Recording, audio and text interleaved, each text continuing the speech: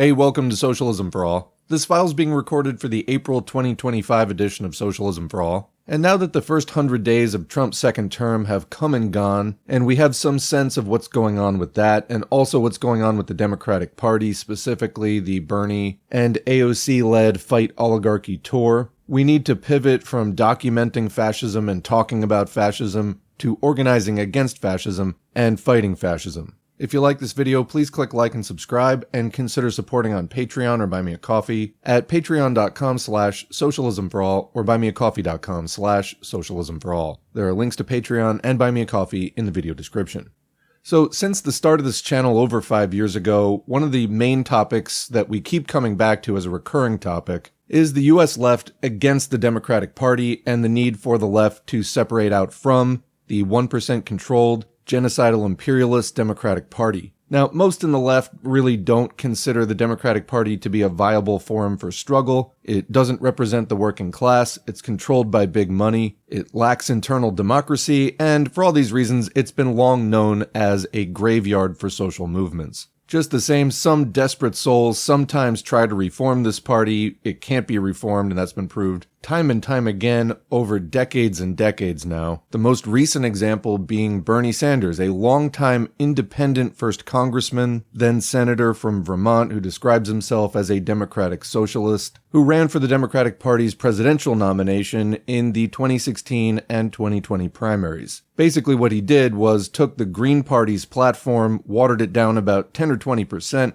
and brought it into the Democratic Party, where guess what? It was stopped. Now, the sensible thing to do at that point would have been to shake hands with the Democratic Party, say thanks for all the media exposure, thanks for making me a household name, and now I and all of my supporters, or most of them, are going to go join the Green Party, which is where we actually belong. And we'll see you in 2018 and 2020, and we're going to keep building this thing up while tactically withholding votes from you to try to force concessions from you, which is the only way you can influence the Democratic Party from outside. More on this later. Instead, Bernie got absorbed into the Democratic Party, where he became kind of a progressive hood ornament for them, being the Senate outreach leader for the Senate Democrats since 2017, while basically getting zero concessions from them. Then he ran again in 2020 against his, quote, good friend Joe Biden. Say it with me, and he is my good friend. Giving up actual power for some quote-unquote work groups, which the party then sabotaged and ignored. He stayed out of the 2024 election, and now he's back leading outreach again with the Fight Oligarchy fundraising tour, which is trying to pull progressives into a party which doesn't want them, it just wants to neutralize them, and make them into blue MAGA light zombie cultists. Having spent the last 5 years using this platform to try to explain to people why the fundamental task of the US working class, and that includes the labor unions, etc., is to decouple from the Democratic Party, gain class independence, and build our own organizations, first of all for various kinds of community organizing, and secondarily, trying to win some seats at various levels of government where that makes sense, or where it doesn't, trying to influence the Democratic Party. Again, more on that later. But if you get into their party and you give them votes and you give them money, that's literally all they want. They just ignore you. There's no accountability. Or if you do get in and you make too much of a stir, they just replace you, crush you in some way. Look at it like this. It's been almost 10 years since Bernie Sanders set out to, quote, totally transform the Democratic Party. How's that going? So, as I've been saying for years, there are basically two modes to the US left. One, trying to work within and reform the Democratic Party, and when that inevitably fails, two, dropping out and doing nothing. Those of us who do try to organize anyway then face the extremely frustrating, challenging, difficult task of trying to go into small left organizations which are independent, but are not well funded, don't have a lot of people, have very high turnover, have a hard time getting projects started, and if they do get started, taking them to completion, etc. So to me, it was profoundly frustrating, as it was for every other activist I knew in 2016, when in July and August, Bernie announced basically he'd be staying with the Dems and not forming his own thing or joining the Greens again, which would be the logical move. Getting that up to critical mass and giving it that kind of Frankenstein jolt to bring it to life all in one shot, because trying to do it on the trickling in plan has never worked, because there's this sort of circular thing that goes on where people go, well, third parties can't win, can't accomplish anything, so I'm not going to get involved or even vote for them, which is like the absolute bare minimum and not really what we're talking about. But this is a self-defeating attitude because there's enough people saying that if they all got involved at the same time, there'd be enough to get it off the ground. And again, Bernie was somebody with the credentials, the recognition to actually be that conduit. And again, to lead several million people at least in at once and get that thing going. What's he been using all that for instead? He's been using it to lead people into a dead-end party that he knows is a dead-end party. But okay, that's his choice. It was a super fucked up choice, but that's his choice. And in fact, it's consistent with a deal that this Counterpunch article on the screen from 2015 revealed that Bernie had made with the Vermont Democratic Party back in the 90s, which is if he didn't start a third party and just stayed as an independent without that organization, which could really rally lots of people, then they wouldn't run any serious challengers against him. And he seems to have carried that principle directly into his presidential primary runs. Now, you might say it's one thing when he was building up his career and his reputation, but after 2015, 2016, he was a household name. He didn't need to keep honoring that deal. He could have said, you know, I have been bowing to you guys for 25 plus years, but now I'm at the end of my career and I need to build or help build the left party that this country needs because we need to move on from the Democratic Party, which is holding everything back, holding back any real resistance while the Republicans implement neo-fascism progressively over the last 50 years, the neoliberal period. Basically, it goes something like this. When the Republicans have control, they introduce privatization, deregulation, and defunding. Due to the deepening crisis of late-stage capitalism's profitability as predicted by Marx and Engels, which eventually results in a terminal crisis from which capitalism really cannot recover. And what that whole neoliberal agenda of squeezing the workers is about is trying to compensate for the falling rate of profit. And this is accompanied by an increased police state, increased surveillance, political repression, and so on. So that's what the Republicans do in order to cope with all this. And then when the Democrats get in, they don't really repeal it. They tinker with it, and they help to finalize it. In this way, they work like the old good cop, bad cop routine that police pull when they're trying to bust somebody. And Bernie is now the outreach arm, trying to pull in more progressives, neutralize more progressives, and pull them into that machine, which they're going to totally transform. Except they haven't, and they're not going to. It's a false promise. It's a lie. What they're actually trying to do is take the blue MAGA, arrogant, and ignorant cult that they're building, which is as impervious to criticism and does not conduct self-criticism as they can get it. And now they're trying to spread that and teach that over into the progressives. And why? It's against the backdrop of the horrible things that Donald Trump and Elon Musk are trying to introduce, and that's legitimately frightening, let alone all the stuff that's going on at the state level. Except what? Donald Trump got elected twice. And before that, from 2001 to 2009, we had Bush and Cheney, which was a really, this is like a replay of that. Nobody really wants to remember that. It's so shameful. There's a collective amnesia and a kind of trauma to it. But we went through something really similar then, this sort of radical right-wing overhaul of the government, except what? They were still at an earlier stage of tearing it all down at that point. But it was aimed directly at where we are now. That was the trajectory. And when Obama got in, they didn't really dismantle what Bush and Cheney had set up. So it almost seems like the Democrats can't really stop this, and then when they do have an opportunity to do something, they don't do very much. Almost like there is a consensus in both factions of the ruling class who may disagree somewhat on strategy and tactics, but who overall agree that this needs to get done. And why? Again, what I said, the declining rate of profit, capitalism's ongoing crisis in the late 20th century and early 21st century. And now there's the whole competition with China, which didn't exist 20 years ago, so that's ratcheting up tensions even more. But the point is that the Democrats have been there every step of the way since 1828, building the system and then dismantling large parts of it as per the needs of the capitalist class, which overall rules society. And you just can't do anything inside one of their parties, which the Democratic Party is. And Bernie knows this, and he knows that they announced that they were going to totally transform the Democratic Party 10 years ago, and they've barely gotten anywhere with that, if anywhere at all. So right now we're at this pivot point. After 4 years of Biden, who was a great example of the Democratic Party not being a friend of the working class. Support Biden and then pull him left didn't work at all, to the great surprise of no one. And so for the last 4 out of 5 years, we've been under Biden with a great example of how the Democratic Party doesn't really help working people. That wasn't a hard argument to make. There was a lot of support for that because Biden was really unpopular.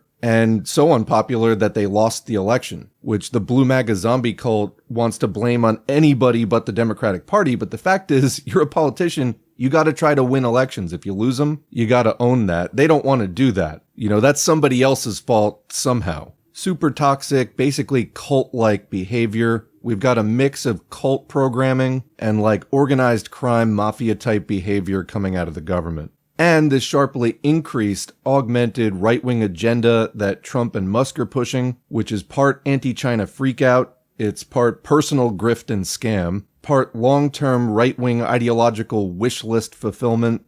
For example, abolishing the Department of Education is in the Project 2025 white paper, but this is also familiar to anybody who has been listening to right-wing messaging since the 90s or 2000s. They've been wanting to do that for a long time in the underground. But what we saw with the Tea Party, for example, was they have been scraping more and more the bottom of the barrel and pulling more and more of that fringe stuff into the main stage in the Republican Party. And of course, Trump is very closely tied to that whole Tea Party thing. If you recall, the Tea Party was most active in late 2008, 2009, 2010, 2011. And their purpose was to rebrand the Republican Party with that fake populism after the Bush-Cheney administration basically wiped out the entire goodwill that they had going for them, such as it was, and to serve as berserker shock troops to bring in the austerity message after the 2008 global financial meltdown. Because what they were trying to do was push the cost of the meltdown onto workers by cutting all of the spending on public benefits that they could. And Trump really got his start around that time in 2011 when he was flirting with the idea of a Republican presidential primary run for 2012. And he had been sort of toying with this idea for a long time. Back in 2000, he almost got involved with Ross Perot's Reform Party. Anyway, he didn't end up running, but he did gain prominence doing the birther thing, saying that Obama wasn't born in the US and he won't show his birth certificate. And then the birth certificate that he did show is actually fake. And all that stuff was hugely popular with the lunatic fringe of the Tea Party, which just a few years later was parlayed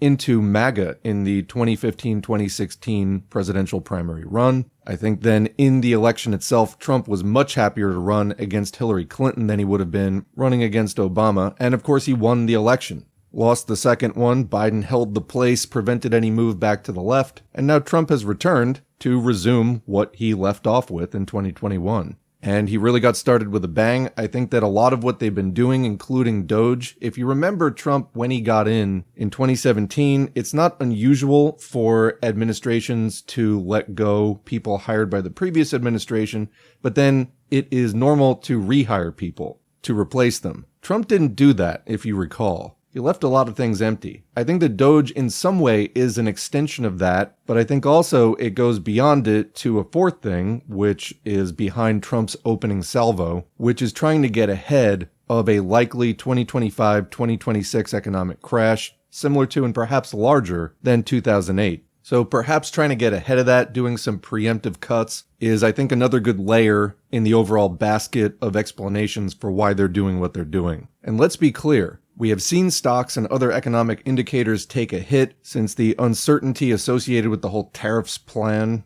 in quotes, was unleashed, but the tariffs are just the trigger. There was underlying economic weakness and really significant underlying economic weakness building for years. We did a comprehensive video on that a couple of months ago. It's titled, Let's Talk About Economic Crashes, Marxist-ly, a response to Richard J. Murphy. If you haven't seen that video, please go back and watch it. I will link to it in the description. Real quick though, first, economic crashes or recessions are an inherent part of capitalism. They're literally unavoidable. This is due to capitalists' need to periodically create artificial scarcity, slow down or shut down production, throwing people out of work, in defense of prices and profits, and that's a fundamental element of capitalism, which incidentally does not exist in socialism because there is no incentive to do that. Only the capitalist class, which is abolished in socialism, has an incentive to do that. All right, so that's number one. Number two, the 2008 global financial crisis was a major seizing up of the engine of global capitalism. As a credit crunch, which is where no one will lend and lending is the engine, the government had to step in and basically force the banks to lend. They said, here is money, you're going to go lend it out right now. And they have been pumping it into the economy ever since. Now, they have avoided another global financial crisis since that time. But what we've gotten instead is a massive, severely prolonged bubble, overvaluation, where prices have gone high and just have not come down, and wages, of course, have not kept up. 3. There almost was a recession in late 2019. There were the beginnings of some kind of liquidity crisis in what are known as the overnight repurchase or repo markets. If you want to look up more about this, it was known as repo madness. But before that could really play out, what happened? Well, in December 2019, the COVID-19 global pandemic started. And because of the public health emergency, there were all kinds of economic emergency measures, shutdowns and stimulus and all kinds of stuff. Supply chains got disrupted, everything got disrupted, which leads us to point 4, the reopening and the quote-unquote recovery, which has been very weak. It was not on the same trajectory that the economic growth had been prior to that. Now, there's a lot more detail you could go into on all these points and what was going on behind the scenes in the markets, but basically these 4 points taken together have added up to one of the biggest price bubbles in history and one of the longest lasting ones too. So again, see that other video for more details, but basically when you get a bubble like this and some sort of long-term weakness, any sufficiently large shock, which is bound to come along sooner or later, will pop it. It could be a war breaking out that further disrupts supply chains, or it could be something like the tariffs. I think that looks like it is big enough to cause this shock. So in 2008, the bubble popped before the Tea Party got in, but they were definitely part of the after-the-fact management crew. I think in this case, Trump's job is to play the ultimate heel, pop the bubble, clean up the mess, push that cost onto workers, manage the discontent, ramp up the fascism, etc. Much like happened incidentally, not just in 2008, but after 1929 and the start of the Great Depression, and the original round of Mussolini's fascism and Hitler's Nazism. That was most definitely aimed at containing both the economic and the political fallout, in terms of a rising socialist revolutionary movement, of the 1929 crash. So if we look at today and analyze it along similar lines and try to reach a similar understanding, we know that what the Republican Party, as headed by Trump, and this is really a long, unbroken, decades-long progression of neoliberalism into neo-fascism, which is aided and abetted by the Democratic Party, and we see clear historical parallels to the original round of fascism as being bad for workers and something that we need to fight back against as a class. How do we do that effectively? What has worked in the past and why? And also, where do social democratic reformist type movements fit in, such as the Bernie Sanders AOC thing that's going on today, trying to rally people into the Democratic Party? Well, we see that at a time when there was a clear movement against capitalism, social democracy stepped in against that movement. It participated directly in the violent putting down of an attempted socialist revolution in Germany in 1918-1919, which, had it succeeded, would have bypassed the entire Nazi episode and all the horrors that actually brought in our timeline. So I'm going to pose the question, where do you think it gets us following a similar type of movement today in the face of a similar rise of fascism? We know that 100 years ago was remarkably ineffective at preventing the rise of Nazism. It was, however, effective at preventing the rise of socialism, which was its real aim, to the point that the communists started calling social democracy social fascism because they saw it as objectively playing a part in bringing about that system. And really an indispensable part because it kept the workers distracted long enough for them to build the terroristic fascist machine. So looking at this type of movement today and its inability to keep the neo-fascist movement back, where do we think that this is going to end up if we give it another 5 years, another 10 years? I don't want to find out, do you? That's why I've been using my very limited platform and my very limited amount of influence to advocate as fervently as possible for getting out of the Democratic Party and organizing on an independent class basis in our own organizations, which are not controlled by the same people who, at a minimum, are completely unable to stop what has happened so far. And aside from just doing a lot of fundraising on this rally tour, are showing no signs of what they're going to do in the future to stop it. So here's Trump. Things are getting dark and scary. And we were getting to a point where a lot of people were seeing through the Biden administration due to their actions. Biden had a very high disapproval rating throughout most of his presidency. Basically, he came in with high approval because people were happy to get rid of Trump. But then by summer, so like 6 months later, the disapproval crossed over the approval. And then he finished out the rest of the term pretty much with a 60% disapproval, 40% approval rating. And we're here telling people, get involved in your local left, fight against the Democratic Party, build class independence, build our own organizations. And then here come fucking Bernie and AOC stirring tens of thousands of people back into this fucking dead-end party at a critical time. That's how they have chosen to spend their funding and their clout and their name recognition and their media access. And if you look at the history of social democracy and reformism, that's exactly what they do. This is their role. That's why they earned the name social fascist. They can hold rallies. People know who they are. I use my limited influence and budget to do this. It's as much as I can do. I do as much as I can every single day. And I super appreciate the support that we do get, but it can't compete with Bernie and AOC and all the fucking people who keep feeding people to them, like Hassan, like Secular Talk, like all these people. I can call a rally. Nobody knows who the fuck I am. And even though this is correct, and I think that on its merits, people would be convinced by this, it's not getting heard. I'm obviously furious because these are really scary times. I don't like what Trump's doing. It's really hideous. And you know what? The party that a lot of people are now convinced, and Bernie and AOC are helping to convince them, are the so-called opposition party, are delivering everyone right into its jaws. And they're trying to get you to believe in it again after Biden and Harris showed it up to be the very empty thing that it is. And it's counterproductive, and we need to fight it. We all need to fight it because that party is going to keep enabling more of the descent into the far right as capitalism continues to decay. They are not going to be able to turn that around. Only building an independent movement against capitalism for socialism can do that. And on that note, yesterday I did a very long stream, almost 7 hours. I want to thank the people who showed up for that. During that time, we did a lot of different things on this topic. It's like, are we really back to this point again? But we are. And the stakes are higher than ever. So yeah, I guess we just have to have this conversation again. So the first thing that I want to share with you from that stream is a couple of excerpts that we did from Earl Browder's The Meaning of Social-Fascism. This was from Browder's earlier pre-revisionist period. And from Rajani Palme Dutt's Fascism and Social Revolution. I think that these readings are indispensable for this particular historical moment because they illustrate clearly how social democrat reformists of the Bernie and AOC type mislead the masses of workers who absolutely, if organized, have the power to stop fascism at critical times, including when fascism is on the rise. Here you go. This is excerpted from S4A Livestream number 127. But don't just take my word for it. I want to read you a page from some older analyses from the era of, the beginning of the Proletarian revolutionary period and their understanding of the emerging fascist movement. So we're going to start with a guy named Earl Browder, who eventually became kind of a shitlib, but at one time was a very good communist and the leader of the Communist Party USA. And he wrote this in his good period. We actually did this on the channel to illustrate how much he changed. But let's read this. This is from a piece called The Meaning of Social-Fascism, which is what the communists came to call the Social Democrats because they said they objectively played a role within the fascist system. As we were talking about in the chat before, this isn't just an insult. It's not just, I don't like you, you're a fascist.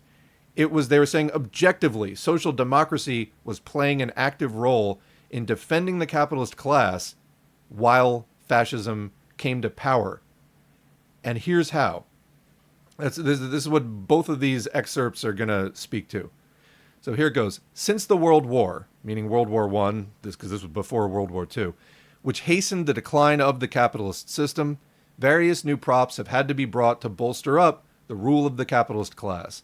The capitalist class has no longer been able to rely upon the simple operation of the machinery of bourgeois or capitalist democracy and has had to bring to its aid various new instruments. And let me just say as a side note, if you're wondering why is he saying bourgeois or capitalist democracy, isn't democracy just democracy? Why does it, why is it being labeled as having a class character? Well, it does have a class character because the state has a class character. The state is a product of the stage of human development we know as class society. So for a long time, humans existed as hunter-gatherers, like basically every other animal out there. And we lived in, small groups, and those groups their survival depended upon the contribution of everyone in the group. In that sense, it was very egalitarian. And there wasn't a state because there was no surplus to be guarded. There was no civilization per se as we know it today, with a lot of surplus wealth that it has to be controlled by somebody, and there need to be decisions made about, what's done with that. But at some point in the fairly recent, past, on a very biologically historical scale for our species, we entered, whatever you want to call it, at like 10,000 years ago, an era of class society where humans became more sedentary. We had an agricultural surplus and started building up some of what we know today as quote unquote civilization, the beginnings of that.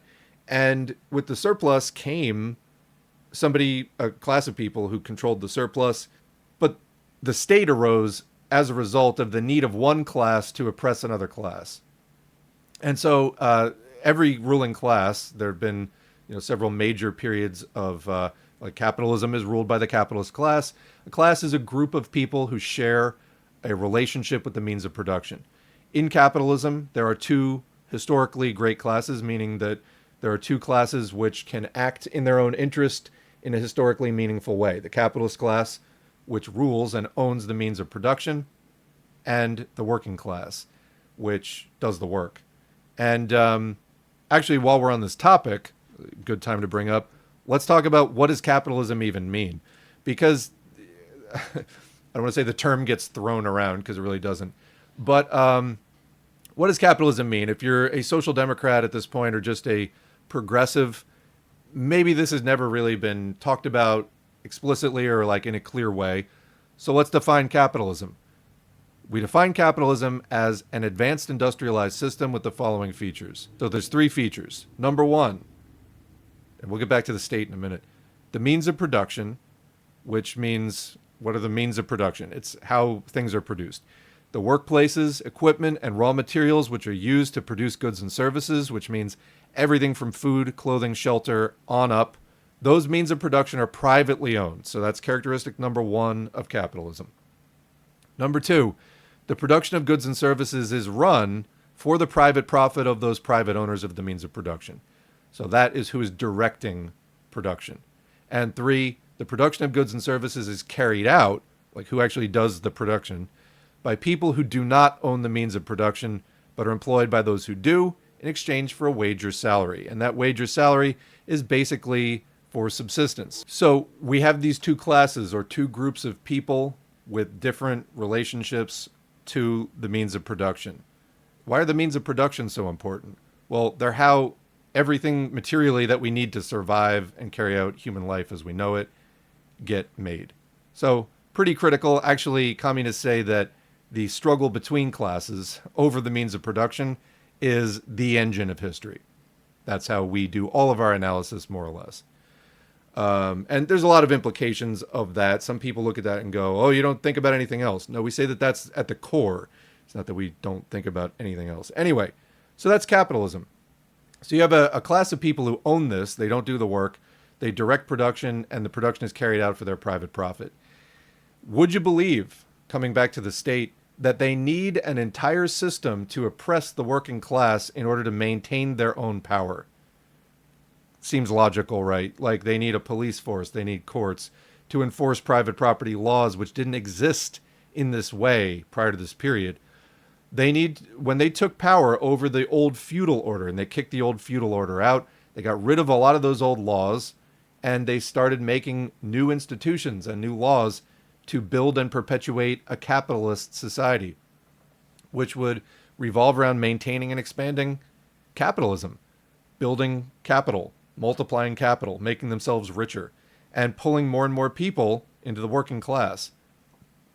Now, There's another historically insignificant class, the petty bourgeoisie or small capitalist, small business class. They're really kind of an adjunct to the big capitalist class. They can't act on their own. They're used politically by the big capitalist class. And they're about 10% of the population.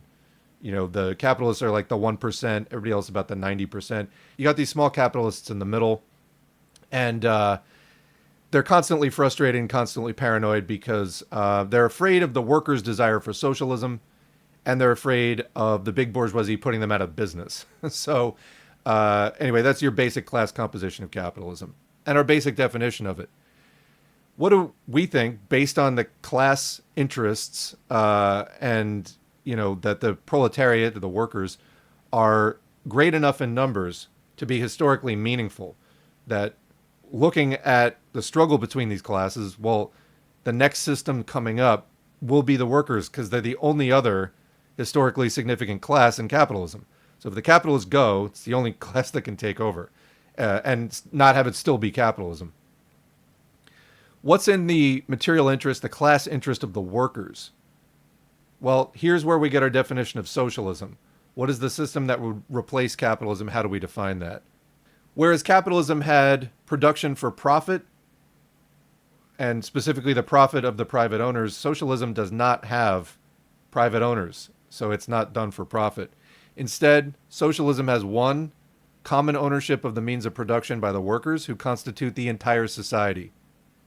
Capitalism, as it runs, turns the whole population into the proletariat. There used to be merchants and artisans and other small classes. These all, with time, get put out of business and they become wage workers who do not own capital. Capital is resources employed to exploit labor for profit. They don't have capital they can live off of, so they got to sell their labor power to a capitalist. They have to become employees. They have to sell their labor power to an employer. As capitalism moves on, it proletarianizes the population. However, they don't proletarianize themselves. That's where, when the proletariat takes power, we proletarianize the capitalists. Then the whole society is of one class, meaning we've ended class distinctions. Everyone is a proletarian. Everyone shares the same relationship to the means of production. So, common ownership, not private ownership, of the means of production by the workers who constitute the entire society. Number two, instead of the means of production being operated for profit, they're just operated to meet need, for use. Like, the workers collectively share all of industry. What do we need? We need shoes, we need this, we need that. Okay, we make those things, then we turn the machine off. You know what I mean? It's not just done as a speculative capital financial venture. This also implies producing with a great deal of abundance because you have to overcome scarcity to do this. Fortunately, we've already overcome that scarcity in capitalism. So when socialism takes over, it will dramatically increase production. But we're already well on the way to that. As we mentioned before, capitalists have to create artificial scarcity in order to protect profits. You don't need to do that in socialism.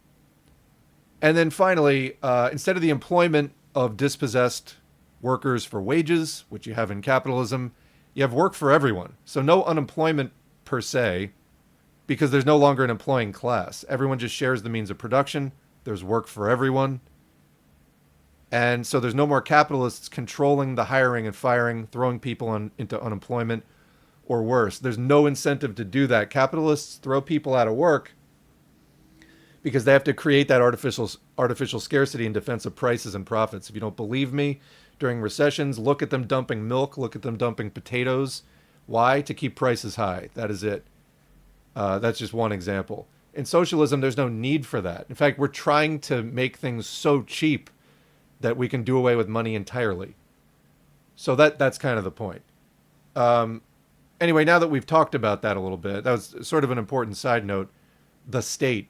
The state is a product of class society, a society with class distinctions. So there's a capitalist state that does capitalist things and enforces the rule of the capitalist class. The capitalist state is not the same as the feudal state was. They do different things. They're the same in that they both exist to perpetuate the rule of one class, group of people with a particular relationship to the means of production, over others. That's the purpose of a state. But different ruling classes have states with different class characteristics.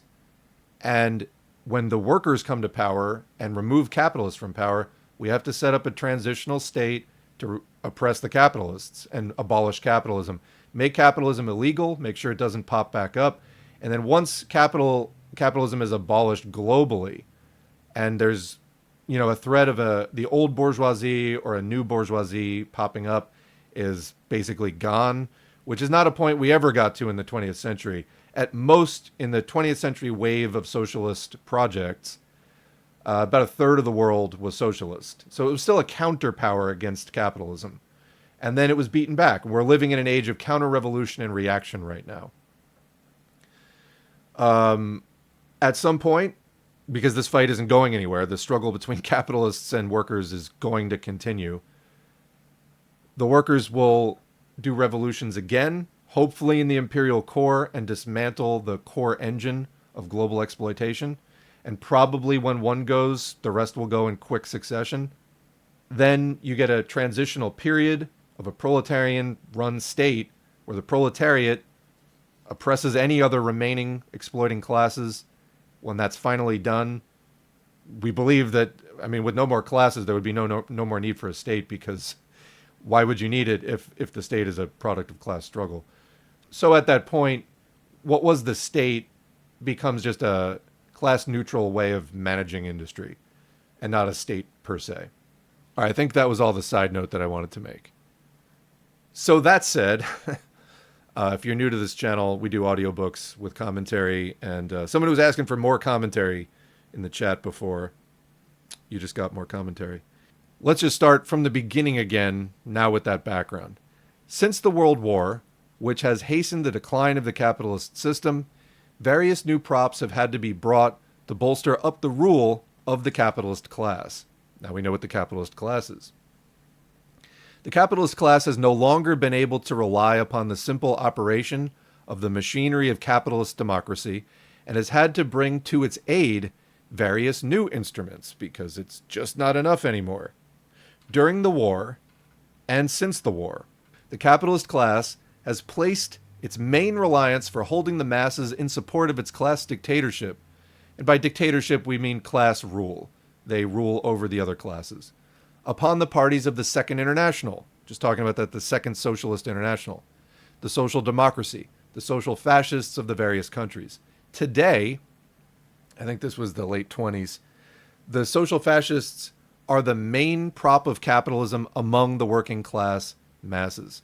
Because why? As Lenin said, with the Russian Revolution in 1917, the era of proletarian revolutions in the age of imperialism or advanced monopoly capitalism, the final stage of capitalism, where it can go no further, give no more historical progress to humanity, had begun. So we're now like a decade into that, and other countries are looking at having other advanced capitalist countries are looking at having their proletarian revolutions. So what does the capitalist class do? Because everything's on the line. They've only been in power for like a couple hundred years. No fair. They want endless profit. They got all this technology coming out. They could be rich like no king has ever been rich before. No proletarian revolution for us. We're hanging on to this. So what did they do? Well, according to Browder and the Comintern, today the social fascists are the main prop of capitalism among the working class masses. But wherever the declining capitalist class sensed the approach of a revolutionary crisis, it developed another weapon in the form of fascism. If social fascism is the use of the various socialist or reformist social democratic parties, as opposed to communist revolutionary parties, to mobilize the toiling masses in support of declining capitalism, despite the fact there's already been a revolution, and despite the fact people fucking hate capitalism, how do you keep feeding them back in? Well, the bourgeoisie uses the socialist parties, the social democratic reformers. But if that doesn't work, what do?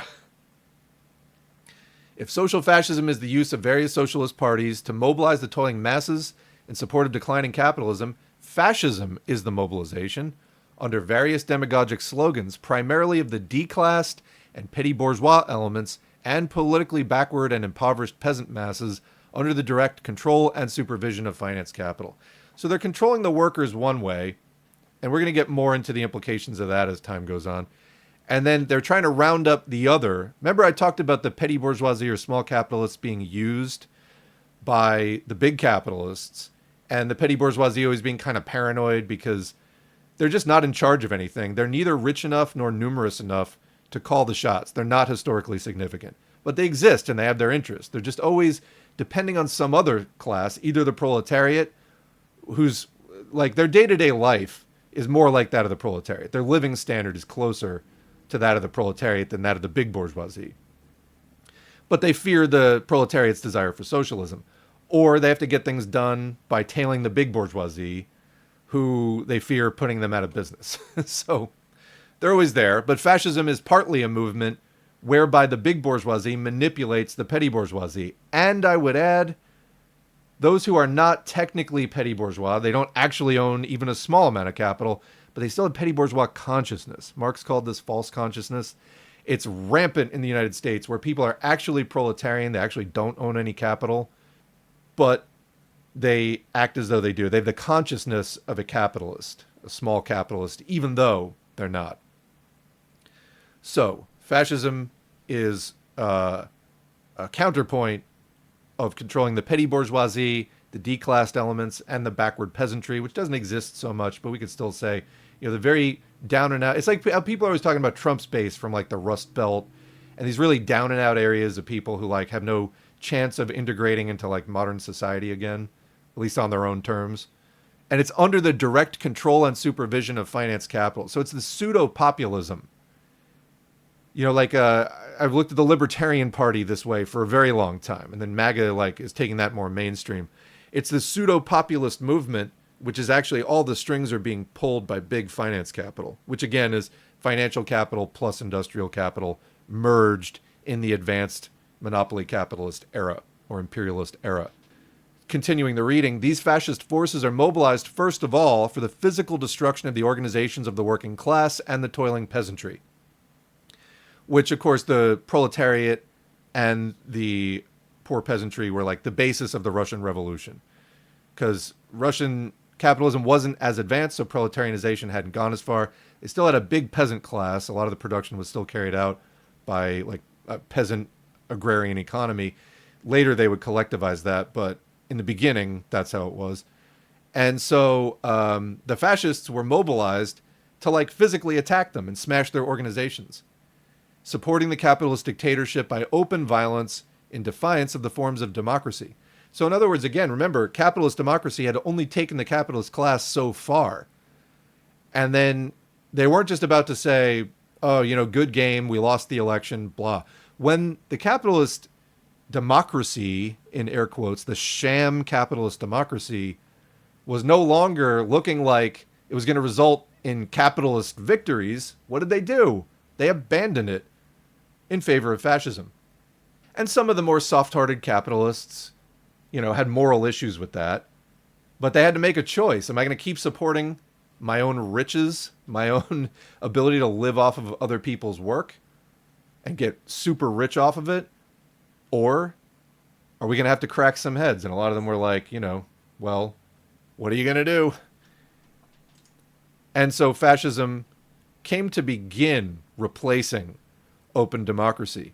And I'll just point out here, Lenin also made the point that the era of rising, ascending capitalism, when there was a lot more free competition, came to an end with imperialism, where there were winners and losers, and the winners got huge, and they ate all the losers, and there was not really free competition to the level that had existed before.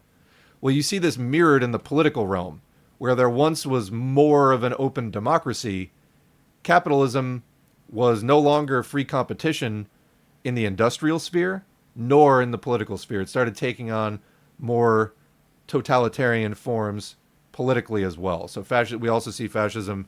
I mean, there's the strategic component, but it's also mirroring what's going on in all the consolidation within industry and, in other words, other areas of capitalism. When the capitalist class, therefore, passes from one form of government to another, from sham democracy to fascism, it is not changing the class meaning and the class content of the government. In other words, it's still a capitalist government meant primarily to maintain and expand capitalism. It is merely changing the form of its capitalist dictatorship or capitalist class rule to meet the requirements of the particular moment and the particular place. Likewise, within these various forms of government, the capitalist class does not hesitate to use different parties for the exercise of this dictatorship. At one moment, it leans most heavily upon the social democracy and secures the execution of its policies through the socialist parties, which bring to it the necessary support among the masses. So, if the way that they can hang on to power in capitalism at one point, based on the moods of the population, is through the reformist parties, who are going to, in the end, help put down a communist uprising, because that's definitely what happened in Germany, then they're going to do that. All that really matters to them in the end is that they maintain capitalism by all means necessary, whether they're wearing a social democratic mask or a fascist mask. At another time, when this open use of the social democracy as an instrument of the capitalist government threatens to destroy or seriously undermine the mass base of this party, and the masses following the Socialist Party begin to turn to the Communist Party, who just want to get rid of capitalism, then the bourgeoisie brings forward to its fascist organizations. And for the time being, it allows the Socialist Party to recoup its mass strength by passing over to the side of loyal opposition, ready to come again to the foreground when called to take up the task of ruling for capitalism. Yeah, that sounds familiar. Again, I think that the Democratic Party plays at these roles. American politics are so strange because of the two-party system, but I think the Democratic Party plays at several of these roles at the same time. All right, so continuing the quote here. First, it must be understood that fascism grows naturally out of bourgeois democracy under the conditions of capitalist decline. So everything we were talking about with advanced monopoly capitalism or capitalist imperialism, it's going into decline. It cannot grow any further. Its profitability starts to suffer and decline. Fascism is only another form of the same class rule, the dictatorship of finance capital. Only in this sense can one say that Roosevelt is the same as Hitler, in that both are executives of finance capital. The same, however, could be said of every other executive of every other capitalist state. To label everything capitalist as fascism results in destroying all distinction between the various forms of capitalist rule. If we should raise these distinctions to a level of difference in principle between fascism on the one side and bourgeois democracy on the other, this would be following in the line of reformism, of social fascism. So that's exactly what the Democratic Party is trying to push, that there's a fundamental difference in principle between fascism and bourgeois democracy, like that they have different aims. They're not different in principle, they're different methods only. All right, but this is the whole liberal line about we got to save democracy and everything else. The democracy you're trying to save is just another mask of capitalism that it discards when it's no longer effective for hanging on to its rule of a decaying system that more and more people are seeing through. And we may not be near a revolutionary moment in the US because the level of organization is so low due to decades of suppression and throwing people in prison under the guise of the war on drugs and everything else. The level of organization isn't there, but the level of dissatisfaction absolutely is. So we don't, on the one hand, want to call everything capitalist fascist because it isn't. But we shouldn't also say that bourgeois democracy is trying to do something different in the end than fascism is, because they're both trying to uphold capitalism. They're decidedly distinct methods, though, and we should recognize that. And if you're trying to say that like bourgeois democracy is fundamentally different, you're falling into the trap of reformism, that we can just go back to the bourgeois democracy and things will be fine. And this is pretty much what the Democratic Party is saying, isn't it? It's kind of like, and for the people that know a little bit more vocabulary in the social democratic, like Bernie movement, you see some of them talking about the distinction between neoliberalism and social democracy. And some of them can be very, very smug in talking about this. But again, you're trying to say, first of all, that they even can go back to major social democracy. Look at the entire trend of austerity. I mean, particularly since the USSR went down, there's literally no threat to them doing whatever they want now, except for, again, recently the rising China as at least a competing power. And I remember talking to actually an economics professor saying that while neoliberalism is awful, we should at least just go back to the last thing that worked social democracy. Yeah, but if we fight for that, you're fighting to preserve the system that turned into this neo-fascism that we have because that met their needs at that time. You're trying to go back to just a different point in the exact same system. And what I'm trying to tell you is that's just not an option. You're trying to go back to like the larval stage of Godzilla as some kind of a solution. It just simply isn't. And people say, well, can't we do something like that now and then work for socialism? The struggle for socialism is absolutely going to generate some reforms and concessions. You can count on that to some extent. But it's only going to do that to the extent that the capitalists are seriously afraid and trying to appease you. So if they know at the end of the day you're just fighting to maintain their system, they're never going to be afraid of you. So, for me, this started, I was looking at the connection between like the anti-war movement, because that was kind of how I came to the left in general, was like through anti-war stuff. That was where I kind of started out. And I started seeing the connection between the radical labor movement and the anti-war movement. And then I saw the connection between the radical labor movement and the international communist movement. And that was when it all made sense. And that was when I need to study this. And you do too, if you see that connection. Because the radical labor movement was only able to do what it did because of the threat of ending capitalism. Otherwise, they really will just ignore you because their power is not ultimately threatened. All right. So anyway, continuing the thing. But on the other hand, to ignore entirely the distinctions between fascism and bourgeois democracy would be tactical stupidity. That would be an example of ultra-left or pseudo-left or petty bourgeois revolutionism type of doctrinaire approach. So you don't want to say like fascism and democracy and capitalist democracy are completely the same. They aren't. Okay, they're just objectively not. That said, just because the Democratic Party is calling itself the Democratic Party doesn't mean that they even stand for bourgeois democracy. Okay, they can also be pushing a lot of fascist lines or be complicit in the way that the Republican Party is bringing about its fascism. And then when the Democrats get in, they never really scale it back, you see? So they can call themselves whatever they want. It doesn't mean that they're anti-fascist in the end. And as this is saying, bourgeois Democrats are people for capitalist democracy rather than socialism, are different from fascists. But at this point, I'm not even sure the Democratic Party, meets those criteria. They may not be pushing the most reactionary stuff. The Republicans take the lead on that, but they're right there with the Republicans, like good cop, bad cop, as it all goes in that direction, and they never reverse the trend. That great example was when Obama got in after Bush and Cheney, and they just didn't undo the entire war on terror apparatus that had been set up. Let's continue the quote. Second, the growth of fascist tendencies is a sign of the weakening of the rule of finance capital. It is a sign of the deepening of the crisis, a sign that finance capital can no longer rule in the old forms.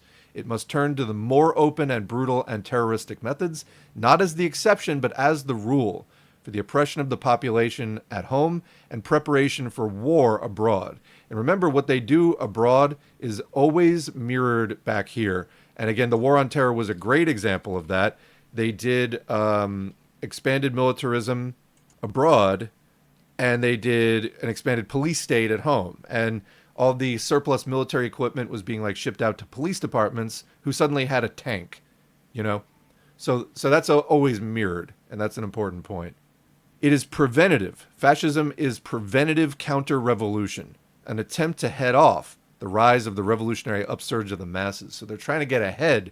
They're like, look, we know our system's going down. We know the workers are going to rise up eventually. We need to set something up to prevent that. And again, if you're looking for the Democratic Party to act as any kind of an antidote to that, you are wrong. They have not done that. They have not done that. They have helped make permanent all of the Republicans' changes, with barring a few exceptions that are probably tactical and strategic squabbles between those factions of the capitalist I need you to understand that. And Bernie Sanders and AOC leading people into this party means leading them into being ineffective, because that party doesn't have internal democracy. This is what that party exists for. You're just simply not going to change that. You can exert influence on it from the outside, and we're going to get to that. But you cannot change it from within. Where is this total I'd change my tune. I wouldn't expect this at all, but I would change my tune if they were totally transforming the Democratic Party, as Bernie Sanders has been saying for 10 years. They absolutely haven't. So what are you waiting for? I get it's a bleak reality to wake up to, but you got to do it, because reality is better than fantasy, because truth is better than lying to yourself. That's why. Because it actually gets you somewhere. Because you deserve it. I mean, you just don't deserve to be lied to. Not by yourself, not by anybody. It erodes your dignity to do that. It erodes your humanity. It's bad for you fundamentally. Third, fascism is not a special economic system. Its economic measures go no further in the modification of the capitalist economic forms than all capitalist classes have always gone under the exceptional stresses of war and preparation for war. The reason for the existence of fascism is to protect the economic system of capitalism, private property, and the means of production, which is the basis of the rule of finance capital.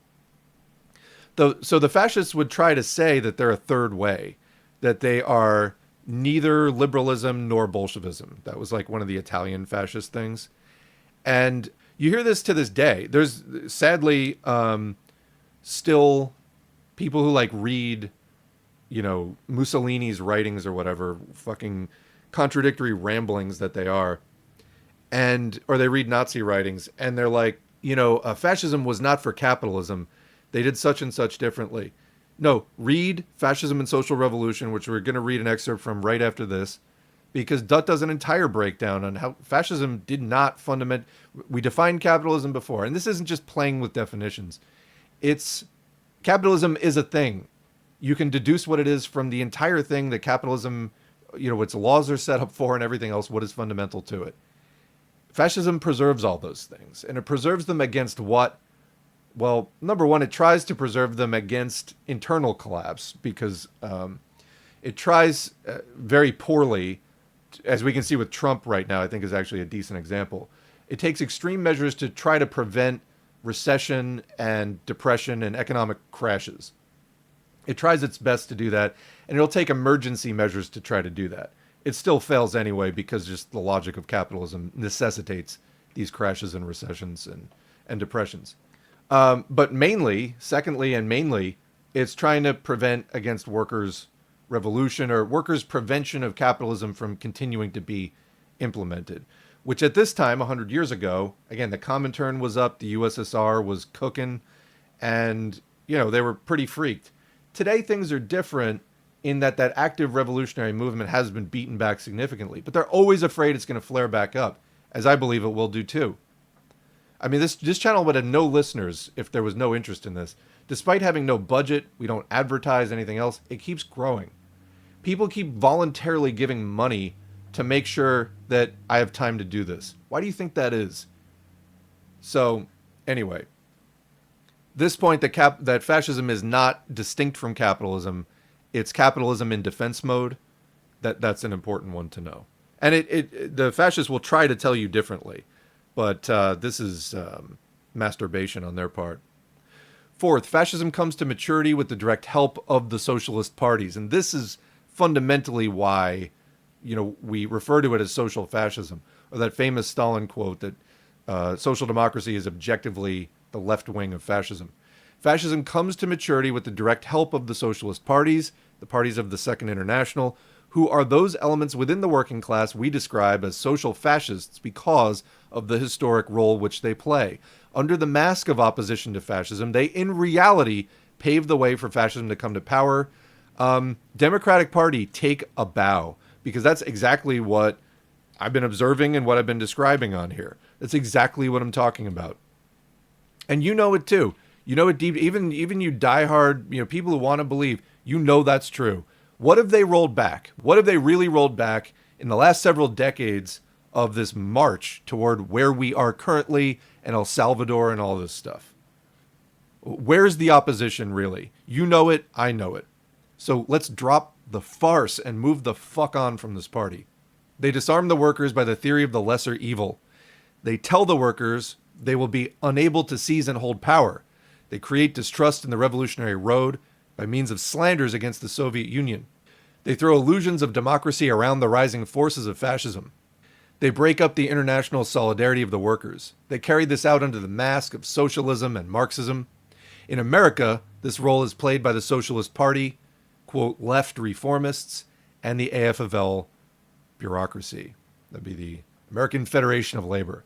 All right, so that is our Browder quote on the relationship of social democracy to fascism and why communists call social democracy social fascism.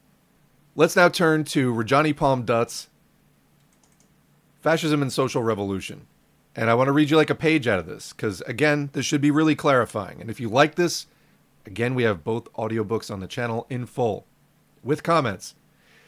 In the controversy of those days between Kautsky and Lenin, between the line that the revolutionary working class in the moment of victorious overthrow of the old regime must confine itself to setting up, quote, pure democracy. And when they say pure democracy, they mean a sort of class-neutral democracy. This is one of the big lies of the social democracy at that time, was that you can make a pure democracy.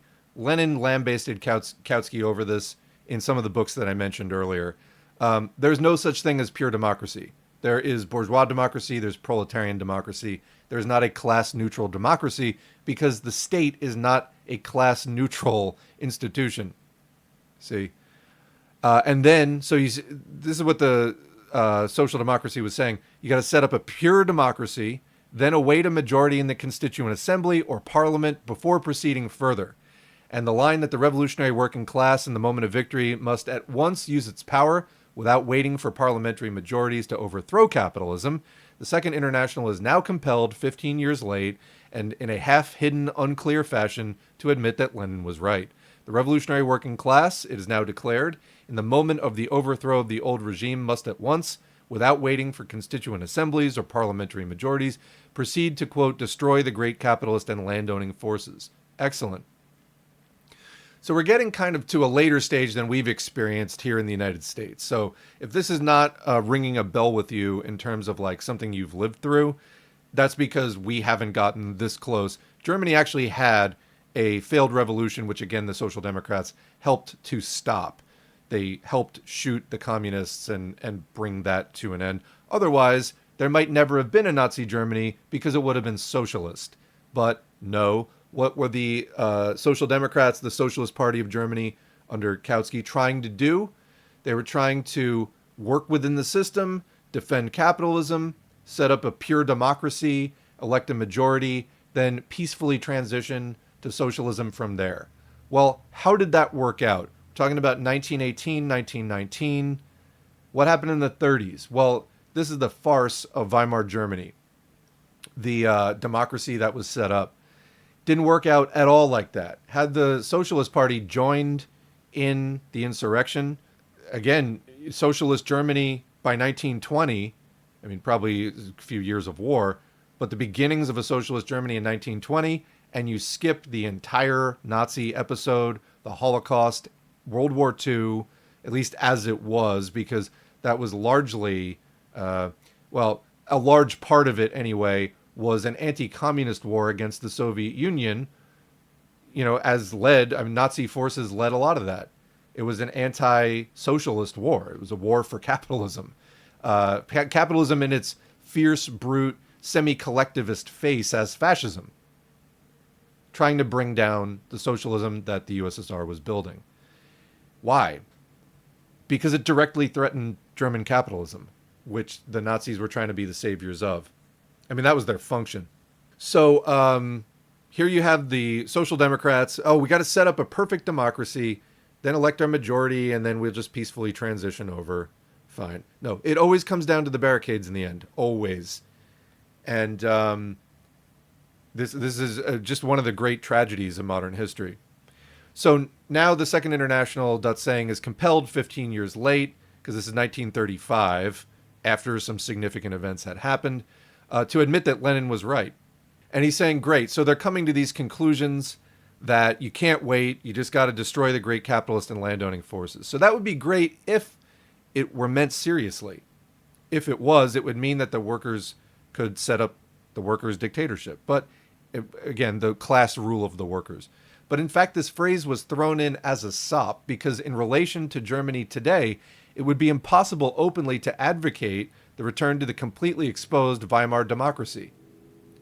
So you see what they're saying is that by this point, after the Nazis were taken over, there was no way to go back to that sham democracy anyway, which is what the Socialist Party put down the communist insurrection in favor of.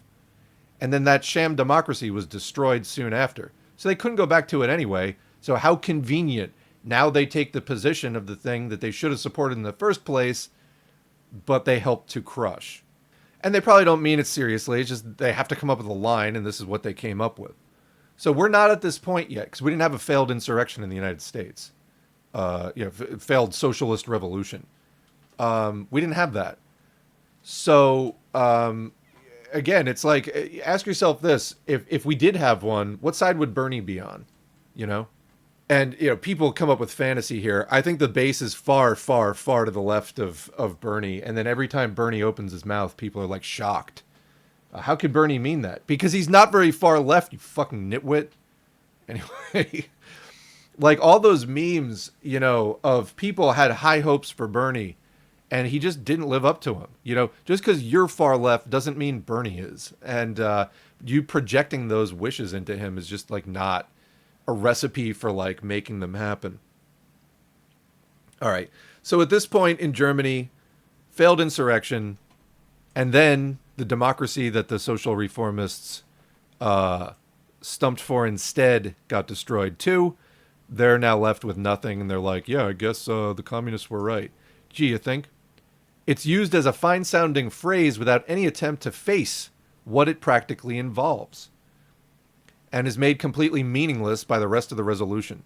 Further notable precaution, it is to be applied only to countries where fascism has already conquered. So it goes further. And so the Social Democrats are like, okay, fine, do insurrection, but only if you've tried democracy, capitalist democracy, and the bottom fell out and they set up a fascist dictatorship. Only then will the Social Democrats give you permission. It's okay now. We won't shoot at you anymore. Fine. You can do your insurrection. You see how that works? That's their logic. Is you have to go through the thing that is definitely not going to fucking work, capitalist democracy. You're not going to turn that into socialism, but they're going to make you do that anyway. So you're guaranteed to get fascism. Then and only then, they say they won't oppose your communist insurrection. Although who knows, maybe they'll be like, on second thought. All right, let's continue the quote. What therefore does this line mean in practice? Which is a mess of a line. First, the working class must let itself be bulldozed by capitalist democracy, paralyzed and divided by reformism, smashed and butchered by fascism. Then, when the working class's forces have been thus heavily broken up and weakened, when fascism has completely organized and established without resistance its apparatus of armed Praetorian guards over the disarmed workers, then the workers are graciously permitted by the Second International to carry through the socialist revolution. Though, if there were the slightest signs appearing of their succeeding in this, these gentlemen, as the Carlsbad Manifesto of German social democracy has made clear, would be the first to hurry forward to wave again the banner of pure democracy and thus endeavor again to save the bourgeoisie as in 1918, but abstaining from any revolutionary initiative until fascism has conquered them. Such are the final confusions and contortions of the leadership of the Second Socialist International in the present epoch. It is abundantly clear that social democracy, by this line, is in fact only disorganizing the working class fight against fascism. But they're having rallies. Isn't it good that they're having rallies? No, not if ultimately the effect of the political line that they're spreading there is going to disorganize the fight against fascism. No, it's not fucking good. And thus in practice still fulfills its role of defending capitalism, also in the countries of open fascist dictatorship, of the support of the bourgeoisie among and in the working class. Against this line, the revolutionary working class line of communism declares the workers' dictatorship is the only alternative to the capitalist dictatorship, which at present is increasingly passing from the older, quote-unquote democratic, pseudo-democratic, sham-democratic, to fascist forms.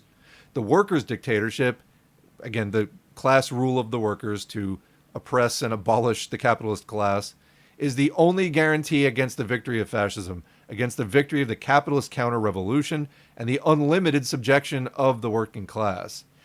The path of bourgeois democracy ends in fascism. Let's read that again. The path of bourgeois democracy, capitalist democracy, ends in fascism. Because eventually it's not enough. Eventually, capitalism has enough crises that people clamor for more. They become super dissatisfied. They have to, at some point, abandon it and do fascism.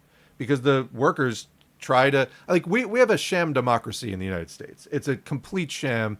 Like, why do you think, the only party that ever wins anything that aren't Democrat and Republican is the Libertarian Party, a few seats in this or that state government, and they're a hyper-capitalist party. Like, why do you think that is? Does that strike you as being, like, an honest system? It does not strike me as being an honest system. It strikes me as being a sham. It's a system, top to bottom, corrupted by money. Oh, that's the other thing you get from these people. We got to get the money out of politics. You're not getting money out of politics. This political system is set up for money. Like, that's its sole fucking purpose, is to defend private property and money. That is what it's for. The money power is the reason this system exists.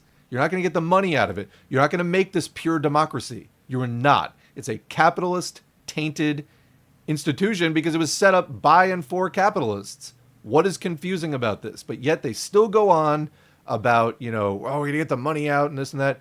Again, the fight to get money out of politics is the fight for socialism, because you're not going to keep capitalism and get money out of politics. Okay?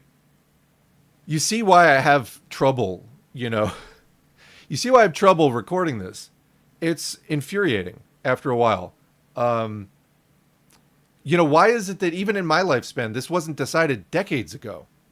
Why do I have to sit here in front of a microphone and try to convince people of this when it's like the most obvious thing in the world when you just hear somebody lay it out like this?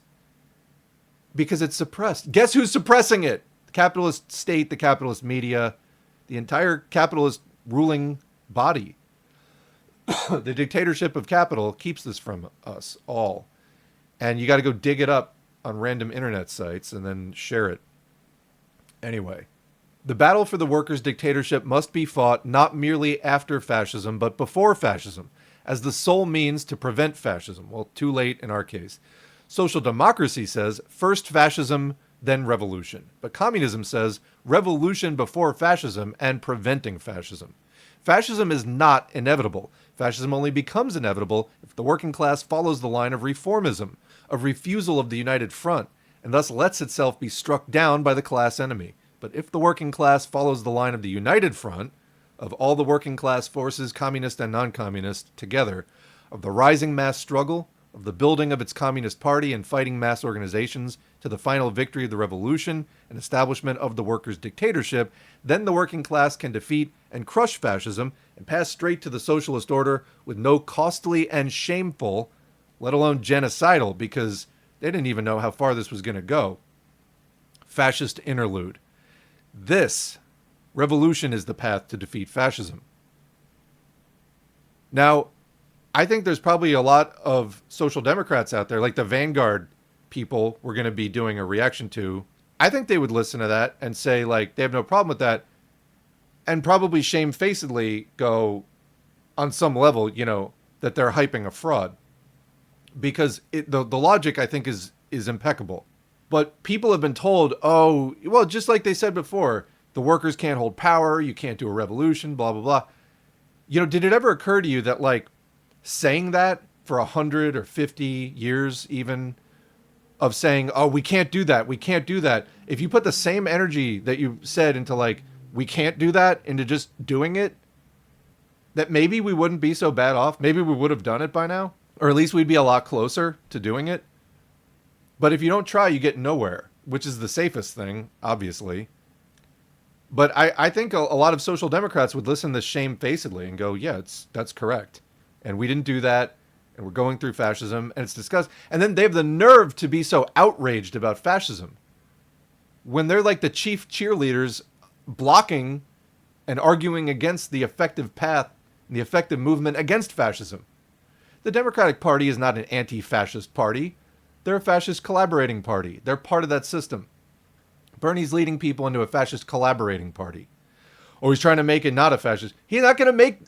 It's been 10 years. What are you waiting for? Wake up. Stop dreaming. You know, I've stopped this idle, magical thinking. This just idle wishing. It's ridiculous. But people aren't taking this seriously. And I don't know what it's going to take for them to take it more seriously. I'm not, again, like this says, revolution before fascism and preventing fascism. Fascism is not inevitable. That's true. We could have stopped this a long time ago. But again, you keep getting people, diverting people away from the work that needs to be done. Because for any number of excuses. For, you know, whatever it is. You've heard it. I've heard it. You've heard it. I can't stand it anymore. You've heard all the excuses. You've heard all the reasons. You've heard all the whining. We just got to elect better Democrats. That's always what it comes down to in the end. Where has that gotten you? And like, we don't have infinite time for this shit. I don't know. I feel like I'm talking to the wall. Anyway, there's a little more to this quote. Equally, in those countries where the fascist dictatorship has won the temporary upper hand, the only path forward and object of the workers' struggle, where is the U.S. workers' struggle, being led by those rallies into ineffective Democratic Party quote-unquote organizing, you know, give us money, that's all it really comes down to in the end, requires to be no longer the restoration of the old illusory pseudo-democracy which only prepared the way for fascism. That's what you need to understand about U.S. quote-unquote democracy. The democracy, capitalist sham democracy you're trying to save was just the beginning of the road to fascism, because that's where it fucking leads you. And people in denial about that snap out of it. That's what we've seen in country after country. But the workers' dictatorship and the establishment of the Soviet regime. The German working class revolution is not defeated, despite the temporary retreat of 1933, made inevitable by the whole role of social democracy. On the contrary, Germany is nearer to the final victory of the proletarian revolution than any country in the capitalist world. And indeed, half of Germany would go socialist after World War II. And, you know, who knows what would have happened with less intervention from the capitalist allies in West Germany. But anyway, the fact that the German workers are going through the extremist hell of fascism is the reflection of the fact, not that their movement is more backward, but that it is relatively more advanced and closer to the revolution. The liberals and reformists see only the surface completeness of the fascist victory. They can never understand the dialectical process or the ongoing two-way relationship. They see the immediate victory of fascism, but they do not see the negative side. They do not see the disintegration of all capitalist stability that represents. What were we saying before about the weakness building in the economy in recent years, since 2008, but particularly in the last few years? And again, like that reaction video, the Let's Talk About Economic Crashes Marxist-ly thing that I did to Richard J. Murphy, trying to paint the whole thing, this liberal conspiracy theory, like it's all Trump individually. They do not see the disintegration of all capitalist stability that the temporary victory of fascism represents. That's what it's about. That's where it comes from. That's why they do it. They do not see that the very ferocity of the capitalist attack is the measure of the growing revolutionary advance. They do not see the significance of the crushing exposure of the line of reformism and laying bare of the real battle. They do not see that the Communist Party of Germany, with unbroken ranks and organization, and over 100,000 members active under the most extreme terror, a record without parallel in working class history, is in reality stronger than it has ever been, closer to the winning of the unquestioned leadership of the majority of the working class, closer to the victory of the proletarian revolution. So like right now, that voice has been completely suppressed for decades and decades in the U.S. People want to go independent of the Democratic Party, and then when the most people ever rally for that, Bernie leads them into the Democratic Party at the end. Like I said, everybody I knew was crushed by that. We thought this was finally the moment where the U.S. gets some kind of left party off the ground. Because they've existed, but they haven't really gotten off the ground. And he didn't do it. And it's like, oh my God, what hell are we going to go through now? Because we have not built the organizations to fight to beat this back. And the end of the quote here: the mournful pessimists and faint hearts who see a long period of fascist dictatorship and unshaken reaction in front do not understand the whole character of the present period of the destruction of capitalist stability, a period in which rapid changes throughout the world and gigantic revolutionary struggles are before us. The bourgeoisie dream through fascism to exterminate Marxism, that is, to exterminate the independent working class movement and the fight for socialism. The attempt is not a new one. 100 years ago, quote, all the powers of old Europe have entered into a holy alliance to exorcise the specter of communism. Pope and Tsar, Metternich and Guizot, French radicals and German police spies, unquote. The collapse of 1848 was heralded as the collapse of socialism. In the decade after the Commune, Paris Commune, on the basis of 30,000 corpses, Thiers boasted that, quote, we have heard the last of socialism. Wouldn't you like to believe so? In the following decade, Bismarck set himself to stamp out Marxism in Germany with all the power of the most highly organized Prussian police and bureaucratic system, and after 12 years had to recognize that he had met his master. Down the long gallery of the years, the ghosts of the past, Cavaignac and Galifet, Thiers and Bismarck, that's a lot of syllables, Pobiednostev and Stolypin, Kornilov and Kolchak, the hangmen and butchers and jailers of bourgeois rule, may welcome with a spectral sneer the new accessions to their ranks, Hitler and Goering and Goebbels, taking their place alongside Horthy and Sankov and Dyer and Chiang Kai-shek. They're always saying this, like we're going to kill Marxism. Look, the struggle between labor and capital is not going anywhere. It just isn't. The USSR had problems. It was destroyed. Socialism will keep rising because capitalism is only becoming more unstable with time, and workers are always thinking about how can we get better conditions. And ultimately, people reach the conclusion, again, political leadership can help them reach the conclusion that capitalism is the problem. Capitalism is the problem. I think of that, the meme of the guy pouring the gigantic bottle of olive oil on the salad with a big smile, and it's labeled me, and the problem is capitalism, pouring the problem is capitalism onto every conversation. Because it's real, it's true, and it isn't going away.